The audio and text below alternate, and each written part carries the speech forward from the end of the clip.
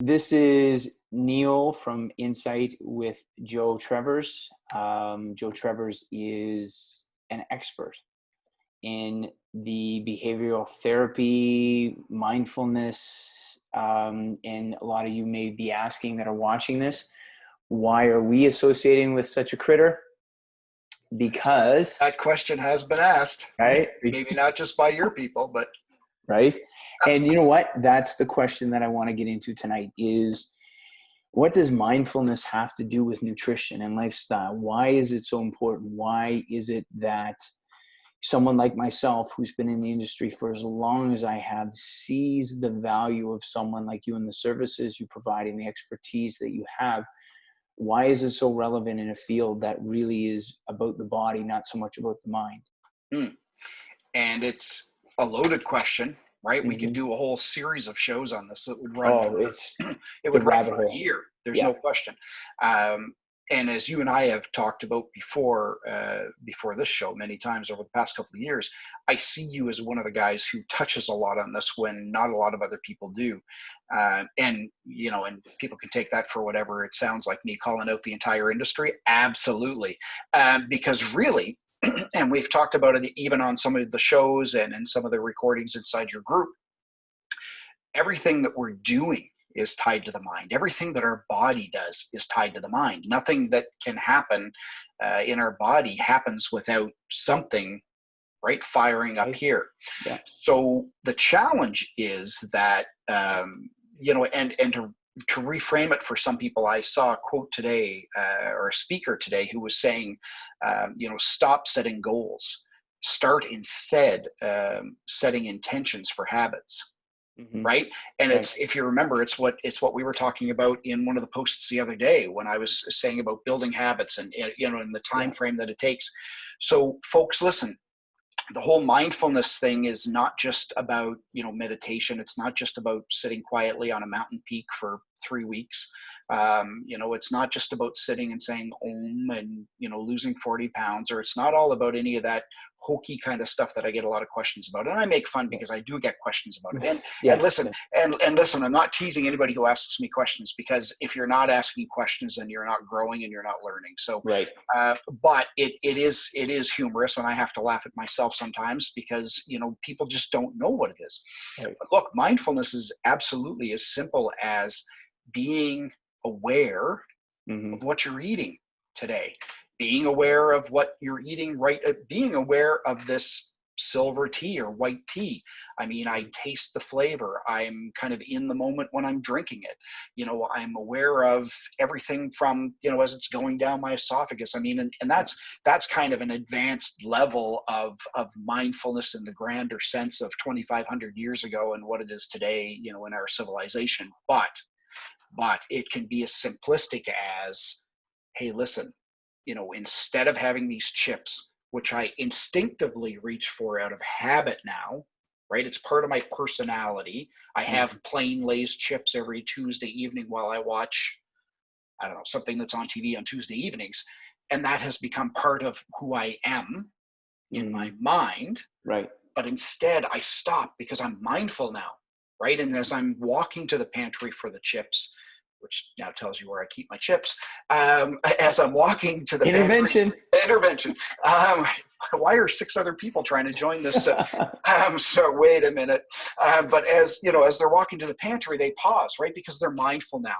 They're not acting out of habit, right? They're not. Who was it, Joe, that said the logic resides between the synapses of action and reaction? So the gap between action and reaction is where logic is where we become aware, Right. right?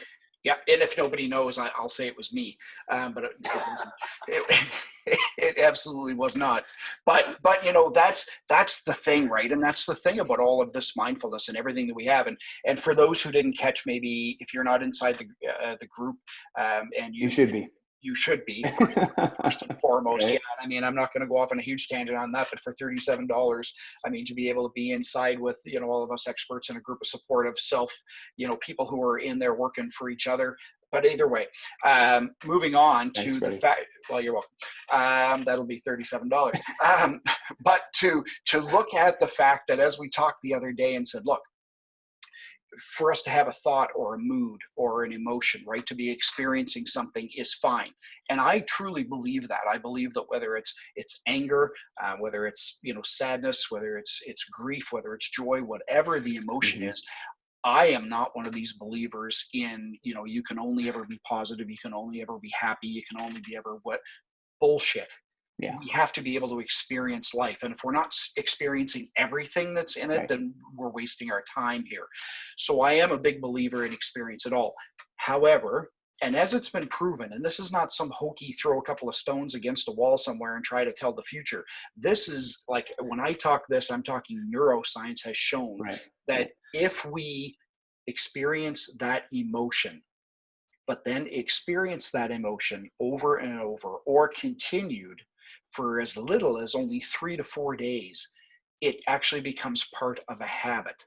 Mm-hmm. And in that habit, we can go for some people as little as about 20, 21 days. For other people, it's 60, 90 days before that habit forms our personality. It Right. becomes part of who we are, right? Our genetics are reprogrammed, and they can find it in there. Like Yeah. they tested. That's the epigenetic.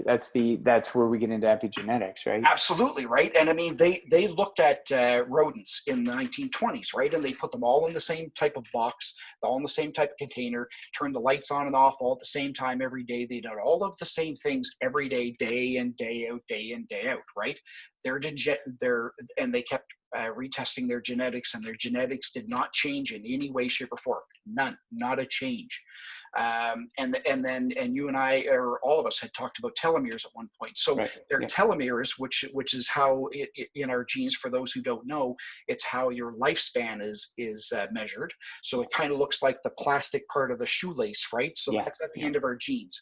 And so it actually shortened in those lab animals as they were doing the same things in and out every day, every day, every Right. day, in these little boxes. Skip ahead almost 100 years, but even back 10, 15, 20 years ago, when they started testing more on humans and they started changing the Mm-hmm. things that people were doing in these tests, they could see that all of a sudden their genetics were reprogramming, right? Right. There were changes that were being made through these differences, right? These different habits, these different emotions, these different actions, everything was moving through to reprogram our genetics.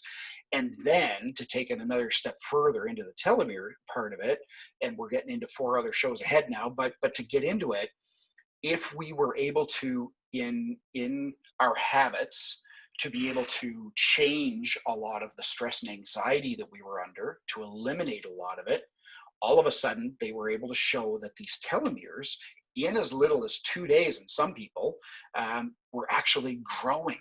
Yeah. And if nothing else, in some of them, they just didn't shorten. Right? Exactly. Yeah. So Yeah. we're actually lengthening our lifespan, our life expectancy, in actual genetics. This is not like sitting down hoping that it's going to. This is Right. This genetics. is this is This, actual this quantifiable data. Yeah. exactly, and Yeah. it's measured. So this, all of this stuff is vitally important. So being mindful of what we're doing, and to kind of circle back in the long way around to what you were saying, is that when we can take everything that we're doing and at least be mindful of it, be aware of it, make Mm-hmm. good choices through it, the chances of us staying where we are today, so whether it's overweight, whether it's chronic disease, whether it's just overall bad habits, Right.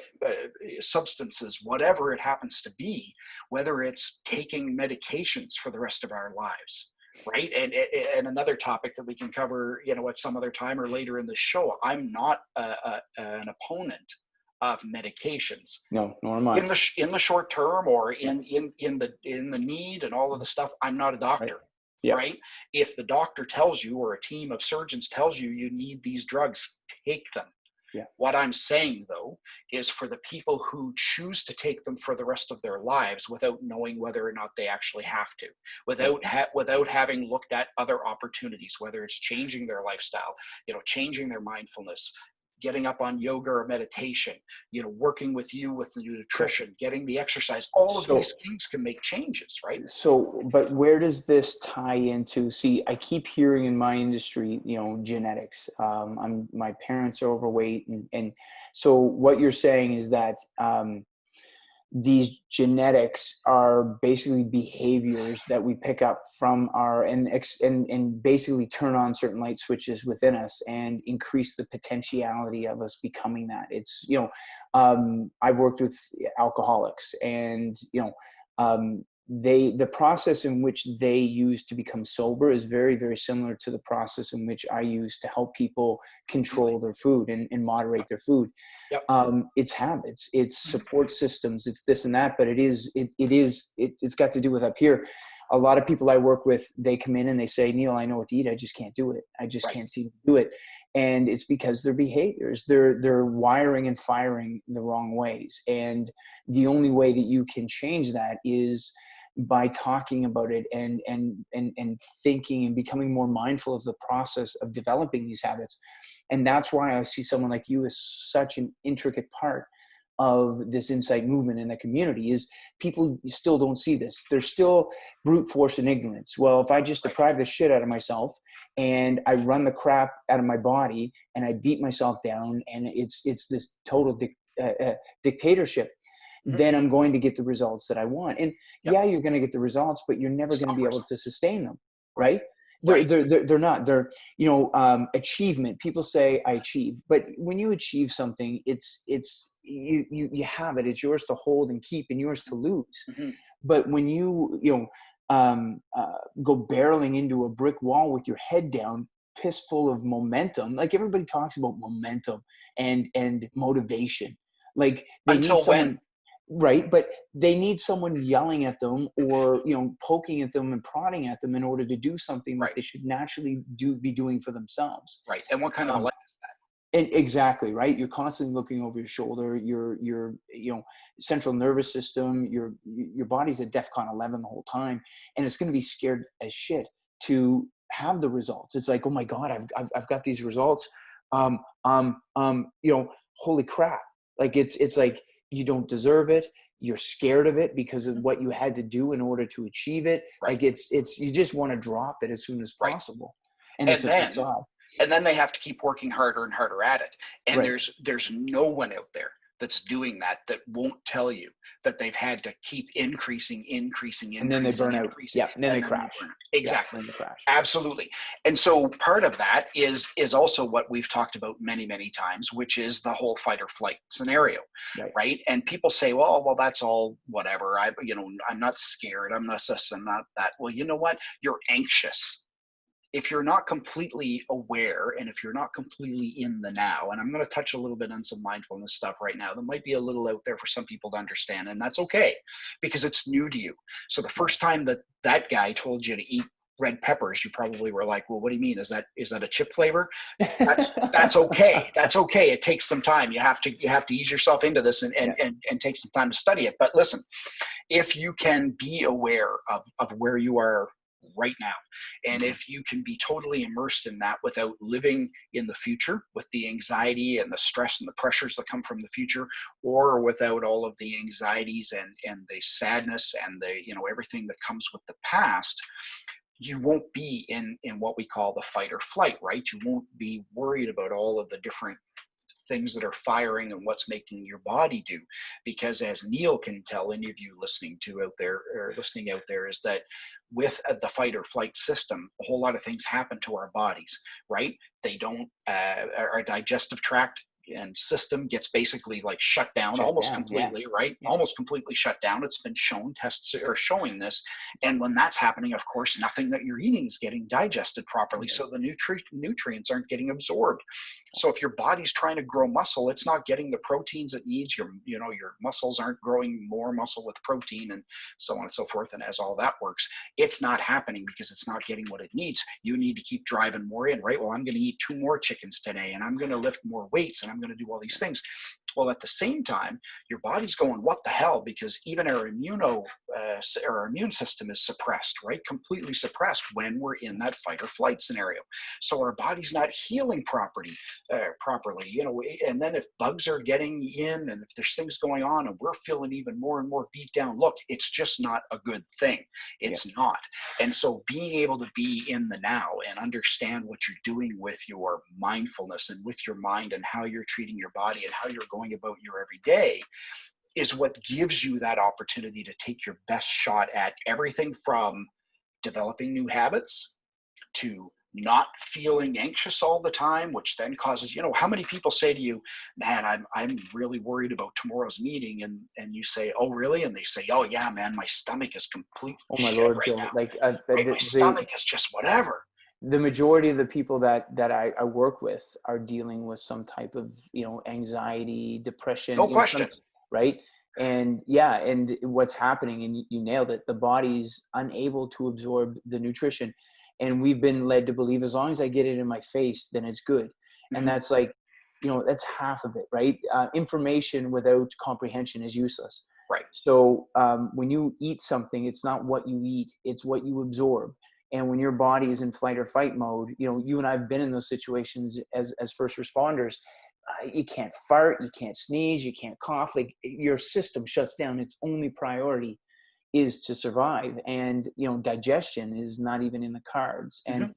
so this is it. Like when you're so overwhelmed with what just happened, or you're overwhelmed with what's going to happen tomorrow, I always, in my mind, I picture it as like taking a big long step, and you're out of balance. And the reason why people keep talking about momentum and motivation is the fact that the only way to keep upright when you're out of balance is through momentum, Through momentum. Yeah. right? And that's why people are so scared of slowing down, Joe, and being Mhm. mindful and being present in the moment, because it means stopping, taking a deep breath, seeing where you're at, and maybe not liking where you're at. And then, but that's a powerful statement, is when you don't like where you're at, then that's the first step to changing where you're at. But you first need Absolutely. to realize where you're at. And people are so busy, Joe. They're Right. so busy. I can't stop. I don't want to stop. I'm scared to Right. stop. So I'm going to keep going because I don't want to fall over, because I Mhm. got one foot in the past and I got one foot in the future. And then now is right here. And I'm totally straddling that bitch. I'm I'm not straddling even, I completely. don't want to be there. I'm hovering over it, like hovering over a puddle that you're trying to step over. Yep, absolutely. And so much of what I do when I'm dealing with people is battle their ego. Right. Right, it is it's, I mean, I go into battle with their ego, and I do it in a very questioning way, because it's how I work with people. Right, Right. I don't propose to know all the answers. Sometimes I don't propose to know any answers. Right, I mean, there's days where I will still go to that pantry and grab a couple of chips. You and I both know that it Yeah. happens, maybe a lot less than it ever did. But that's how I'm it happens, right? but it It's but it's it's but chronic it's behavior. and Yeah. then it keeps going. Right, so if I allowed that to still be a habit that I hadn't changed, and thankfully to, insight, I'm no longer like that, and I'm losing weight and feeling amazing. Right, but at the same time, if I wasn't, those habits would still be habits, and more Right. so, they would be part of my personality. and Right. and and if you remember, and this is, the work that I do involves a lot of self-reflection, and it's probably one of the most, the hardest parts of doing what I do Right. is that I'm constantly reflecting, and especially in the beginning, it was a lot of self-realization. Right, and there weren't Right. there weren't always days that were filled with self-love, and that's just part of the journey. But as you know, I mean, there was a time. I mean, I would, if somebody said, so what do you do, or who's that guy, or tell me a little bit about yourself. I might even describe myself as, Right. I'm a heavy, I'm just a heavy, funny guy, or whatever, because I Yeah. had gotten up to like 242 pounds, which in reality wasn't all that heavy. But what was I doing? I was relating it to myself. Right, it's who I had become, It was because part of your I identity. I had Yeah. had, right, and I had had some of those actions and some of those emotions that I allowed to stay in long enough that they became Right. parts of habits and everything. Right, parts of my moods. Right, so Hmm. you go from emotion to mood, mood to habit, habit to part of your personality. Right, and that's how the string goes. Yeah. And so I had a lot of those dangling strings that, that I was tied to, and I was playing my own puppet master. But man, it was a horror show. Yeah. Right, and it's so easy to happen. And sure, with me, there was, obviously diagnosed PTSD, and there were all these things that I'm not dismissing in anybody that is going through that. A lot of us have been there, Yeah. but we don't have to stay there. So again, for us to be able to step back and say, all right, so listen, Joe's going to battle with my ego here, and they don't maybe know that that's what I'm doing. But as I'm asking some of their questions about the future, I'm asking some of their questions about the past, I'm drawing out a lot of what's causing their anxiety, sometimes anxiety that they don't think they have or they don't Right. know It's they have. systemic. Yeah. It absolutely is, right? It becomes so inherent that it's just part of their everyday. So they don't, Yeah. oh, that's I'm not anxious, I'm not That's stressed. just every day. That's That's my just the way life, I feel. That's right? their identity. I'm That's performing just, at, yeah, I earn $320,000 a year. We have 4 cars. I have 2 houses. I have a beach house. We go away 7 times a year, and I do this and I do this. That's just life, man. I'm not stressed. Bullshit. You're headed yeah. for a heart attack. Like, talk about stress, then your whole family will be stressed when they're trying to figure out, Overcompensating. right? And hopefully you've got some money set aside for, when they put on your funeral for you. And I hope it's really nice. Or we can talk about all of this and where's it Right. coming from. For a lot of us, when we think of ego, we think about, the 80s and our parents, talking about the neighbor who just bought this or just bought that and how Yeah. horrible it was and look at how flashy they are and whatever. And so then ego for a lot of us became a real negative word, and it doesn't have to be. Right. It's all on how we allow it to play out on ourselves, right? So Right. if people say, well, I have to work the extra hours because I can't lose that house, I can't afford not to drive that car, I can't this, I can't that, again, BS. You absolutely can. It's that you won't allow yourself to. So I do a lot of what ifs, right? What if you didn't have that car? What would your life look like without that particular car? And the first probably 8 times I get the answer, they're stepping down, Right. right? Because up here, it's still the neighbors or it's, whoever or wherever it is that they go with the vehicle, and it's a status thing. And I look, I'm not dismissing any of it, but it grows to be that way.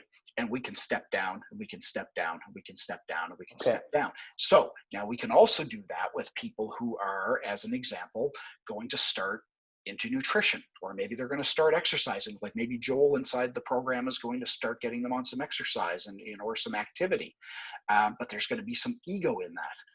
Some of the people have probably asked you, and if not, you're going to get a lot of it. And I know over your 20 plus years you've gotten lots of this. Who's Yeah. going to know? There we go. Who's Yeah. who's gonna know that I'm doing this? By the way, are there other people in here? Are they going to see me? Or Joe, there's this. I can't go to the gym. I have to lose 20 pounds before I go. Or I Yep. don't know. I'm Yep. not familiar with the gym. So, Yep.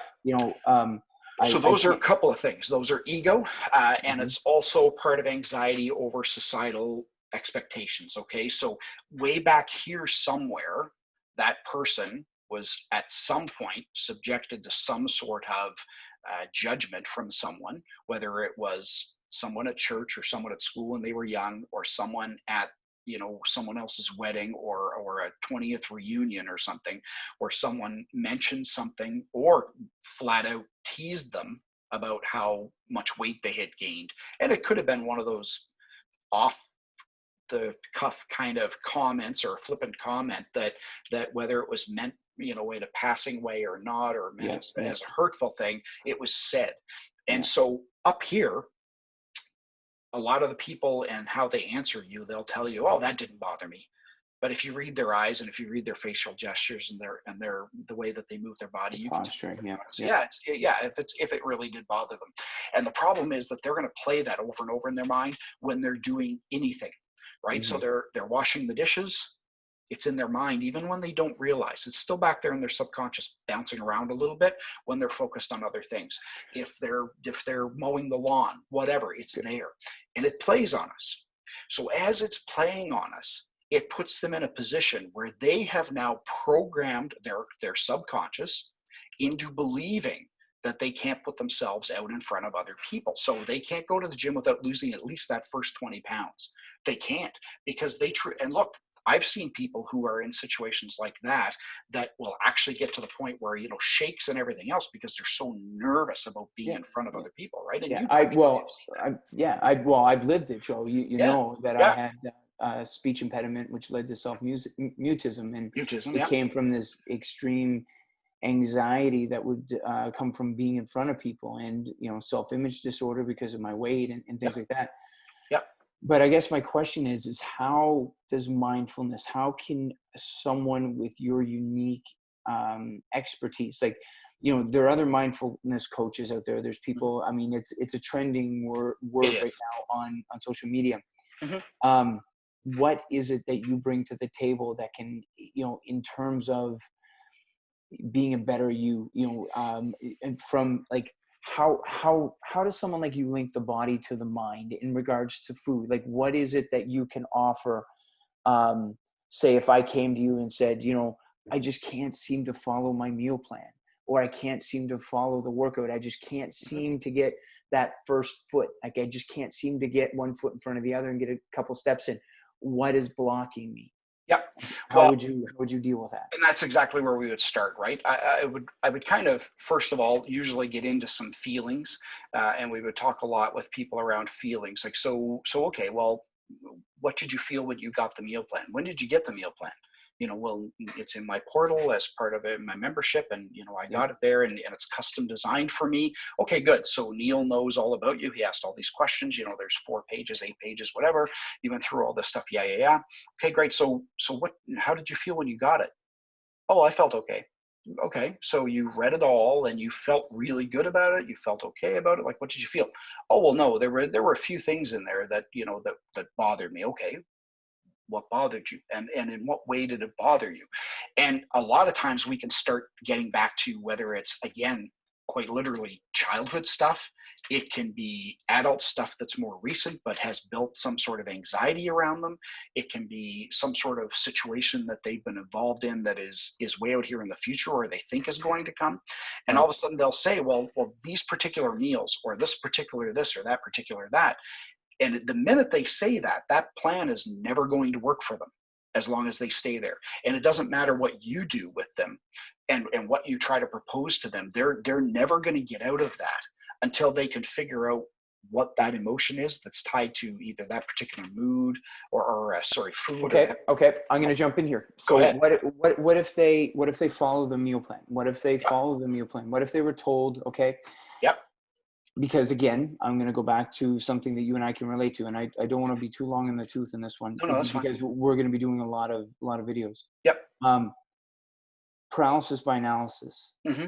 Like, that, in regards to inflammatory cytokines, working with PTSD and things like that, that, the overwhelmed feeling that the mind can sometimes manifest can originate in the body Hmm. because of these, the inflammation. You're fatigued, things like this. The world seems heavier when you're tired.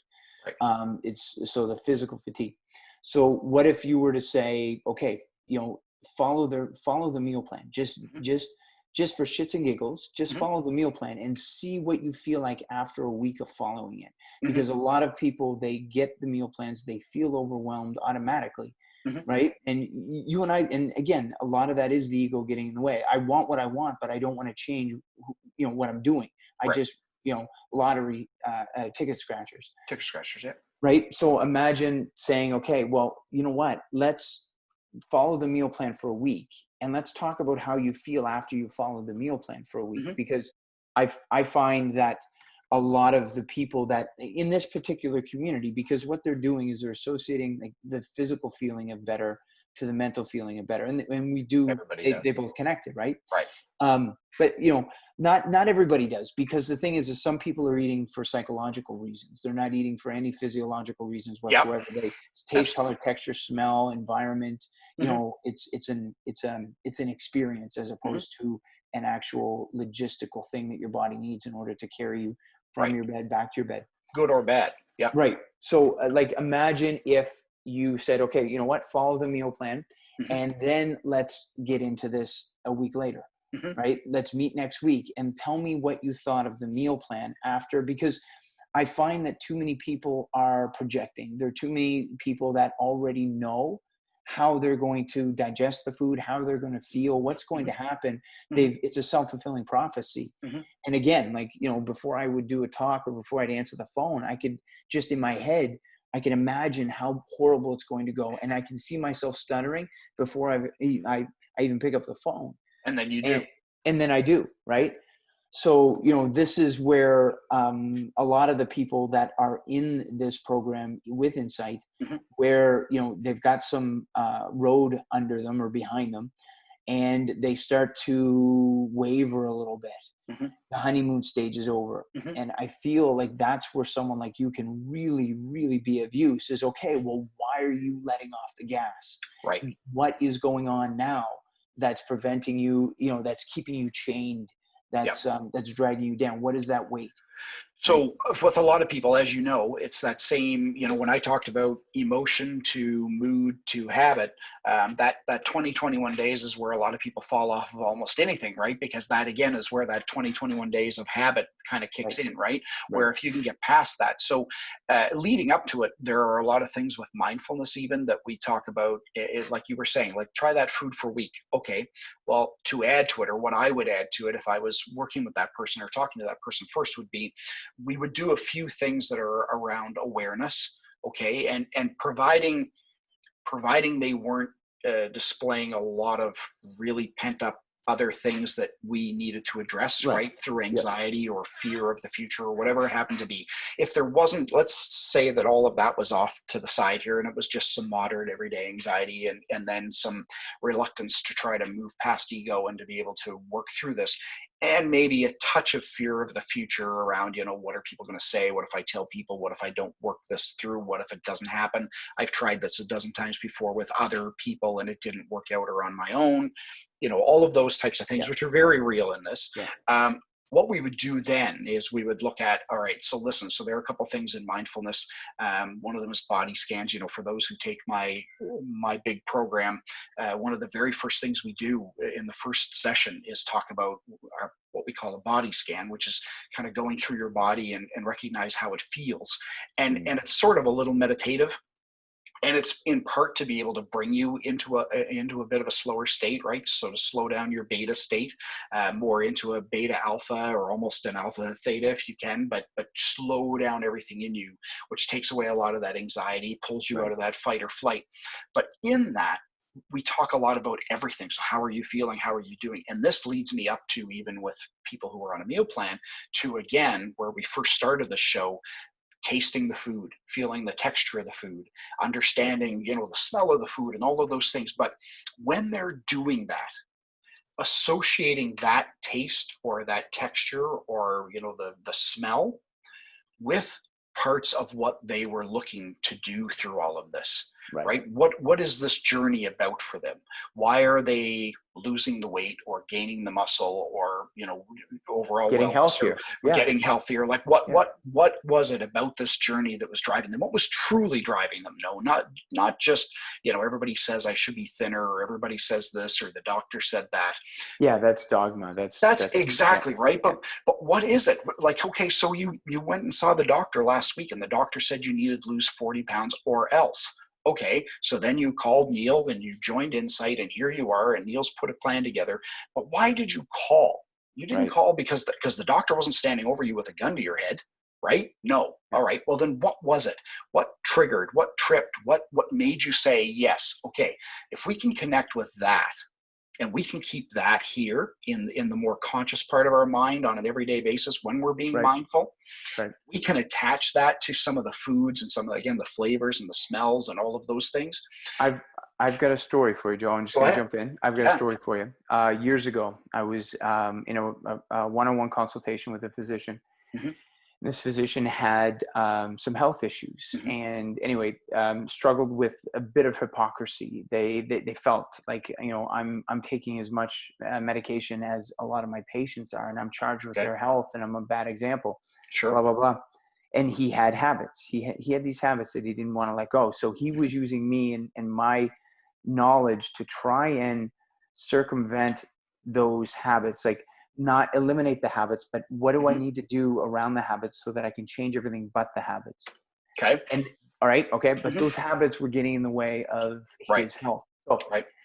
he received some disturbing news one day. He wasn't able to go away with his grandson to a hockey tournament, as son was accepted in this elite hockey school, and there was a Hmm. tournament going on, and he was going to fly and go. Anyway, because of his health, his mobility would have been an issue, and he was told that, we'd love for you to go, but honestly, we can't. The pace is going to be too high. You can't go. Hmm. He was disappointed. He was upset. Hmm. So I remember him coming in, and of course, sometimes the messenger, Hmm. gets shot, Hmm. so he takes it out on me, and he just lets Sure. loose. And you know what? I felt really good that he felt safe enough to be able to do that. Yep, for sure. And anyway, he looks at me, he goes, Neil, how the hell can you eat broccoli? Like, honestly, what does broccoli taste like? Like, who eats broccoli all the time anyway? And I thought about that for a second, Mhm. all right. I thought about it. I'm like, really? I never really thought about it, over a long period of time, but not like this, because I've never really had to articulate it.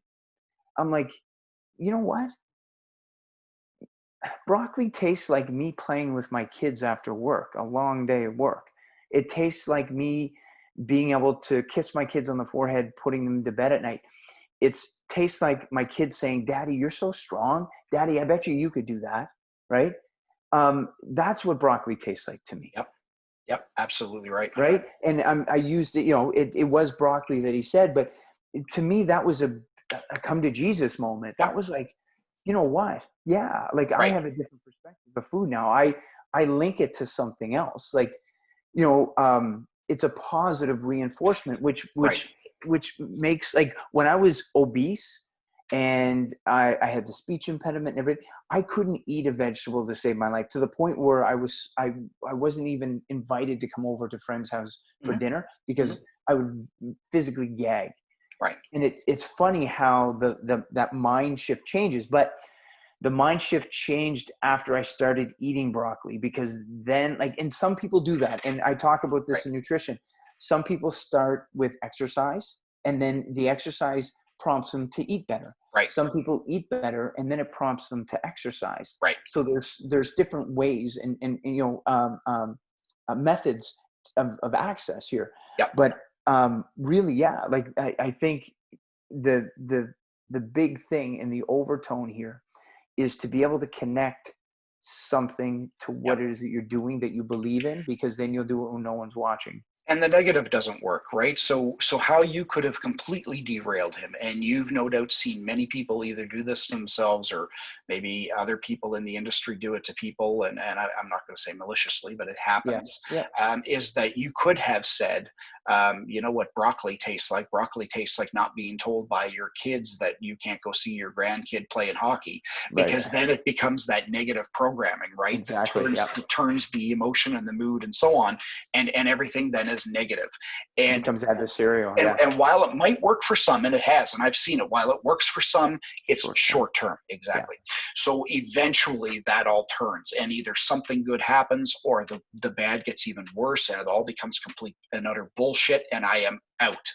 Right. So Yeah. what you did there was brilliant, in the fact that you were able to relate it to something that was more positive, and it, it wasn't completely goal oriented, right? Like, what broccoli tastes like is you losing 30 pounds, and you doing Right. this and Yeah. you doing Yeah. that Yeah. within the Yeah. next 27 days or whatever, right? It Yeah. was Just it 3 easy payments. right. Yeah, exactly, right. 7-minute abs. It was instead an emotion, Mm-hmm. right?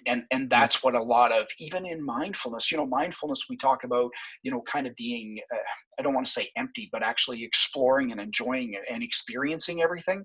Yeah. And so what you gave him was experiences in the future, Yeah. tied to what he was going to do today, which is eat the broccoli, right? Right. and, and Right. and then broccoli would turn into other fruits and vegetables and so on that he and would. and and he ate his broccoli, and And that's the he, thing. Like, right. he dropped 146 pounds Wow. over 2 years. Amazing. Took up running. Like, he never let that get in the way again, Right. because again, like, sometimes I think people just need a focal point on the horizon. Like, if and broccoli was that focal point where Right. if he attached himself to broccoli, then that broccoli gave him, it's almost like Dumbo and the feather. Hmm.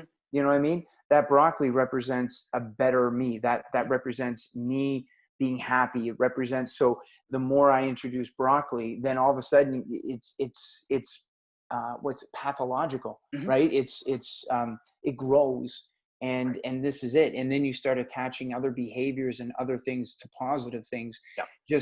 And you're right. Like, we could attach them to negative things, but it holds us in the past. Right. If we attach them to positive things, then it gives us hope for the future Right. and allows us to focus right now. Okay, Right. if I can eat this broccoli right now, like if I brush my teeth tonight, it's not going to make any difference. But if I brush my teeth multiple nights, Every night. Exactly. it'll make the Yeah, difference. or almost every night at least, right? Kind of thing. Right. Yeah. So, and that's what a lot of, again, when we talk about a lot of the things that we do in mindfulness, there are times when someone is so attached to something in the past or so tied to an outcome in the future, that we need to help them release from that. And that's probably maybe one of every 2 to 3 to 4 people, Yeah. that I talk to. But some of them are really as quick and keen as just being able to help them slow down and be a little bit more in the now, Yeah. and attach some of those positive emotions, or those, at least more of them than the upsetting emotions.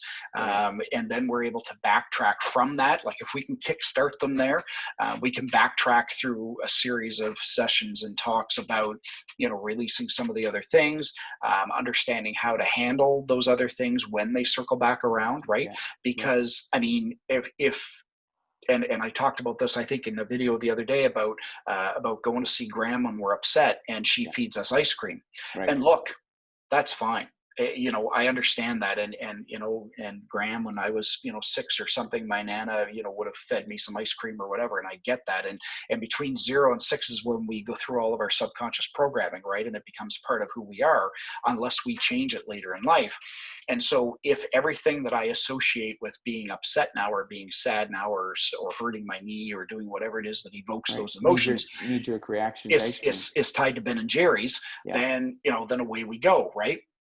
And so the people who are still doing that and can't explain why, right? If you could query almost everybody who runs and buys Ben and Jerry's late at night, and you say, like, what are you buying that for? Oh, I'm just really upset. Or they're high.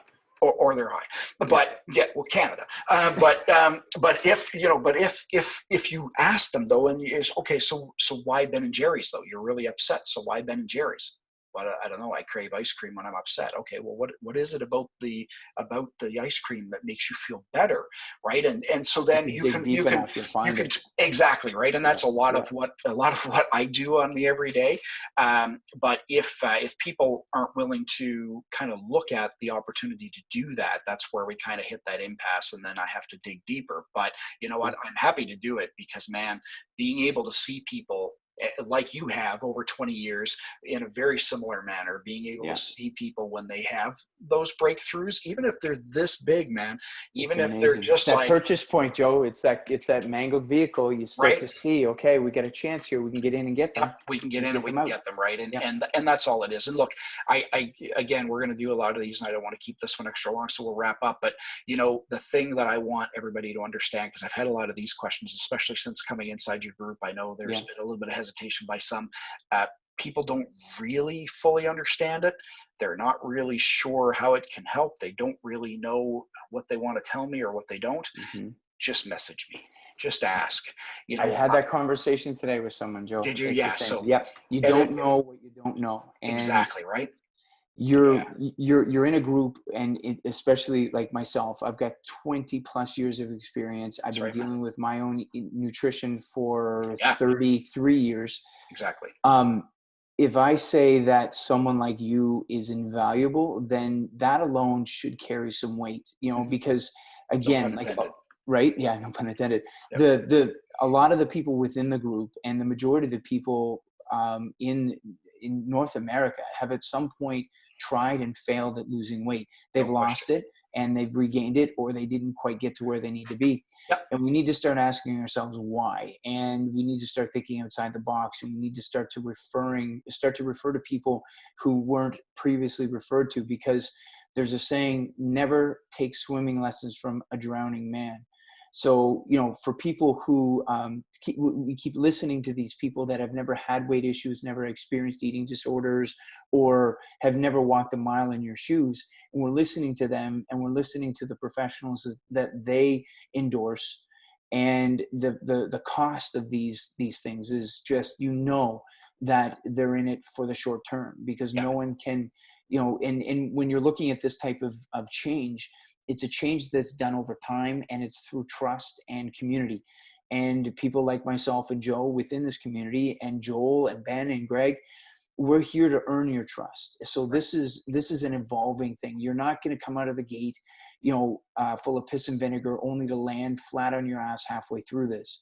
We're here to take you all the way. And if it means telling you to slow down, take a deep breath, be mindful, think about where you're at and where you're going, then we're going to do that. And we're going to do it in a way that you're going to think it was your idea, right? And that's because there are a million ways, right? There are a billion ways. It is each our own way, which is exactly what you've done here at Insight, which is the same thing, which is, knowing everybody who's here and doing custom menu plans, and Joel looking at custom workouts for people who have certain holdbacks, maybe a bad leg or something that's going on. And just being accessible being accessible, Joe, we don't know what we don't know until we come face to face with it. So imagine having someone with your expertise where you're just a message away. Mm-hmm. And, what I can say before we close this off is, take a chance just out of curiosity, because of the success rate that we have been,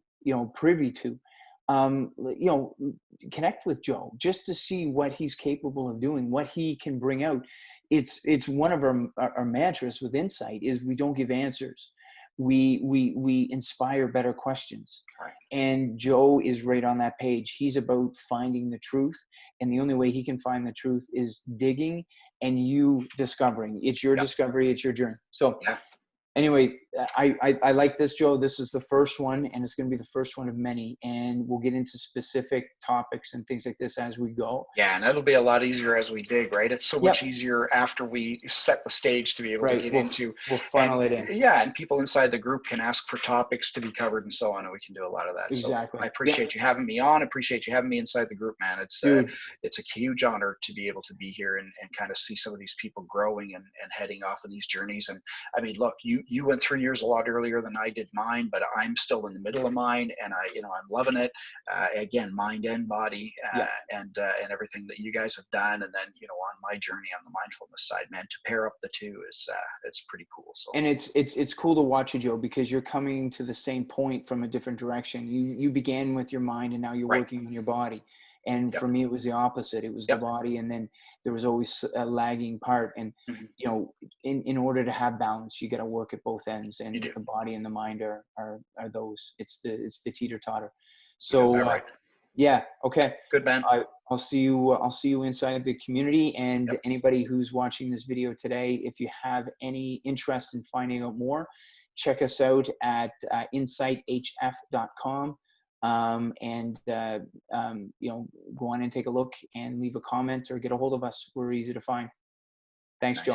See you inside, pal. See you, buddy.